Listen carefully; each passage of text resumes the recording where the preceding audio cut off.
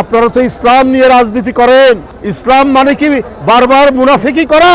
আবার দুই একটি রাজনৈতিক দল দেখি তারাও সবক দেন যে চাঁদাবাজ বিদায় নিয়েছে, আর কোনো চাঁদাবাজকে আমরা দেখতে চাই না। আপনাদের ৭১-এর অর্জন কি? আপনারা ৭১-এর বিরোধিতা করেছেন। আমরা তো দেখেছি ইসলামী ব্যাংক কিভাবে গ্রাস করে নিল একটি রাজনৈতিক দলের অনুসারীরা। তাহলে আজকে কোন মুখে বলছেন এক চাঁদাবাজ পালিয়েছে, আরেক চাঁদাবাজকে কেউ দেখতে চায় না? আবার দুই একটি রাজনৈতিক দল দেখি তারাও সবক দেন যে চাঁদাবাজ বিদায় নিয়েছে, আর কোনো চাঁদাবাজকে আমরা দেখতে চাই না। না আসুক চাঁদাবাজ, না আসুক। কাকে উদ্দেশ্য করে বলছেন? শেখ হাসিনার আমলে যারা ব্যাংক লুট করেছে, ব্যাংক আত্মসাৎ করেছে, এস আলমদের উত্তরসূরি হিসাবে ৫ই আগস্টের পর আমরা কি ব্যাংক আত্মসাৎ করতে দেখিনি? আমরা তো দেখেছি ইসলামী ব্যাংক কিভাবে গ্রাস করে নিল একটি রাজনৈতিক দলের অনুসারীরা। তাহলে আজকে কোন মুখে বলছেন এক চাঁদাবাজ পালিয়েছে, আরেক চাঁদাবাজকে কেউ দেখতে চায় না? কাকে উদ্দেশ্য করে বলছেন আমরা কি বুঝতে পারি না?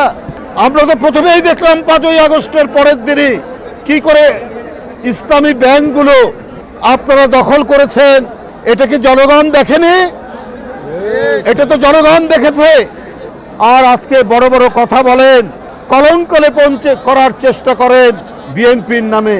পাড়া মহল্লায়, জেলায় জেলায় অনেক টার্মিনাল দখল সহ, অনেক সিএনজি স্ট্যান্ড দখল সহ, অনেক টেন্ডার ভাগাভাগির মধ্যে আপনাদের লোকরা কি জড়িত নেই?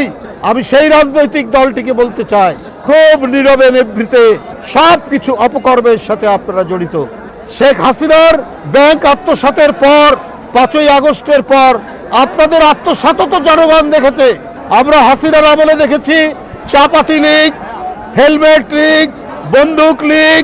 আবার জনগণ তো এটাও জানে খুর লীগ এবং খুর পার্টি এবং পায়ের রক কাটা পার্টি। এরা কারা? এদেরকে জনগণ জানে না? কারা পায়ের রক কাটে তাদেরকে তো জনগণ ঠিকই জানে, চেনে। সুতরাং খুব ঘোলা পানিতে মাছ শিকার করার চেষ্টা করছে। আপনাদের ৭১-এর অর্জন কি? আপনারা ৭১-এর বিরোধিতা করেছেন। জিয়াউর রহমান স্বাধীনতা ঘোষণা দিয়েছেন।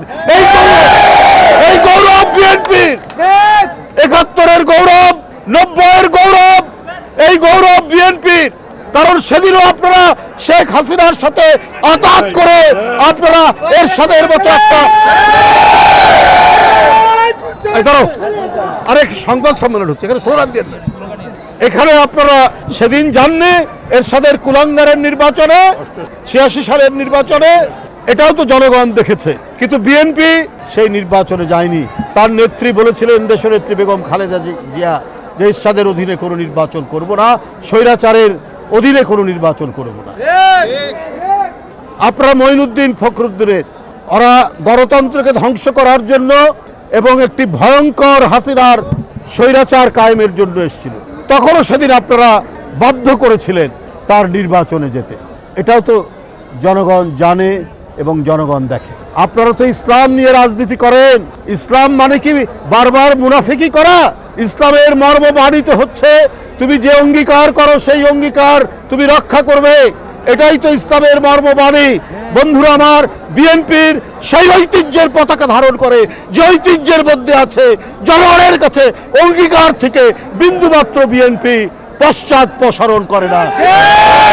এই গৌরব বিএনপির, এই গৌরব জিয়াউর রহমানের, এই গৌরব দেশনেত্রী বেগম খালেদা জিয়ার, এই গৌরব তারেক রহমানের। তাই বন্ধুরা আমার, ৭১ থেকে আপনার ৫ই আগস্ট পর্যন্ত গণতন্ত্রের প্রশ্নে কখনো মাথা নিচু করেনি বিএনপি। আপনারা ৫ই আগস্টের পর কি বললেন? ভারতের সাথে আপনারা সম্পর্ক উন্নয়ন করবেন, ভালো কথা, আমাদের আপত্তি নেই। আপনারা আওয়ামী লীগকে ক্ষমা করে দেবেন। আপনাদের নেতারা মৌলানা সাইদি সাহেব, সেই সাইদি সাহেবের বিরুদ্ধে মিথ্যা সাক্ষী দেওয়ার জন্য সুকরঞ্জন বালিকে গোয়েন্দা পুলিশ ধরে নিয়ে গিয়ে তার শরীরে ইলেকট্রিক শক দিয়েছে। কালকেই দেখবেন তার সমস্ত বয়ান এসছে। সুকরঞ্জন বালি হিন্দু ধর্মের একজন মানুষ, তাকে শেখ হাসিনার গোয়েন্দা বাহিনী বলেছে যে তোমরা বলো তোমার ভাইকে হত্যা করিয়েছে মাওলানা সাঈদী সাহেব, সে বলেছে আমি মিথ্যা কথা বলবো না, না সেটা করেনি। সুখরঞ্জন বালী সে যে সাহসিকতা এবং ন্যায় নীতির যে দৃষ্টান্ত দেখিয়েছে, এইটা আমি ওই রাজনৈতিক দলের বন্ধুদেরকে আমি বলতে চাই যে আপনারা শিখুন তার কাছ থেকে। আপনারা সম্পর্ক উন্নয়ন করতে চান ভারতের সাথে, শেখ হাসিনার প্রতিটি গুম খুনের দোষর হচ্ছে পার্শ্ববর্তী দেশ। এই সুখরঞ্জন বালীকে আপনার হাইকোর্টের গেট থেকে গোয়েন্দা পুলিশ ধরে নিয়ে গিয়ে তাকে এখানে টর্চার করে তাকে টাকার অফার দেওয়ার পরও সে যখন মাথা নোয়ায়নি তাকে ভারতে পাচার করে দিয়েছে এবং ভারতের কারাগারে সে 5 বছর ছিল। সেই 5 বছর সেখান থেকে আজকে বেরিয়ে এসে সে এই কথাগুলি বলছে। এরপরেও আপনারা বলেন যে শেখ হাসিনার সব মাফ করে দেবেন, ভারতের সাথে সম্পর্ক উন্নয়ন করবেন। তো এর মধ্যে দিয়ে তো প্রমাণিত হয় যে আপনারা হচ্ছে ন্যায় নীতির পরোয়া করেন না, আপনারা রাজনীতির নামে ধান্দাবাজি করেন, আপনারা অন্য কিছু করেন না।